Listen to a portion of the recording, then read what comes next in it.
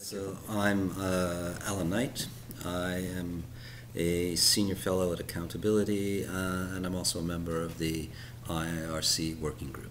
I come from the kind of environment and sustainability world, and one of the issues that's been faced by this side of the reporting world for a long time is the need to embed non-financial issues in core business strategy.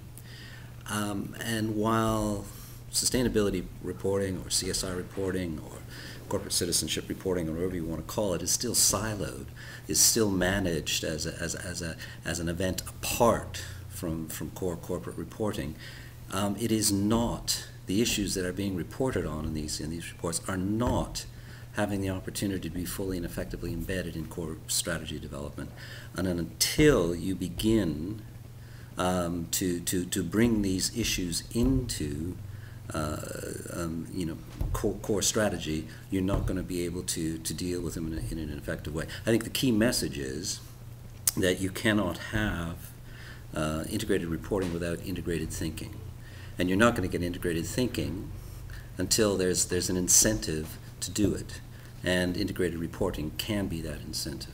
And I must say, I don't think the greatest challenges facing IIRC are technical challenges. I think the greatest challenges are facing IIRC and all of the people who will be involved in the process, not just IIRC. I think the greatest challenges are really people challenges, political challenges, change challenges. I think that's the real issue. So I think the real issues inside are going to be getting the various people within an organization talking to one another and talking the same language or talking a common language to one another, because very often what you have right now is a financial department who has no idea that a sustainability group even exists, or where they exist, or how to get in touch with them, or how to involve them in any substantive strategic discussions. So I think one of the biggest challenges in the first place is just to get people to talk to each other.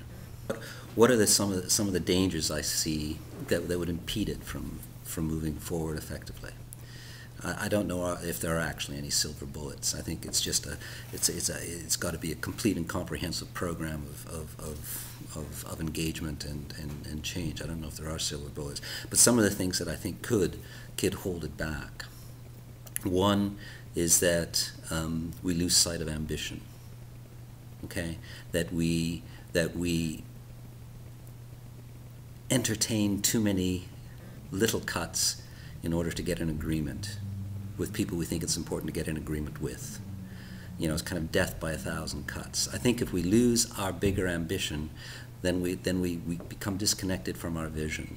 And if we're disconnected from our vision, then we're falling back into that same old slough of despond that the current system is in.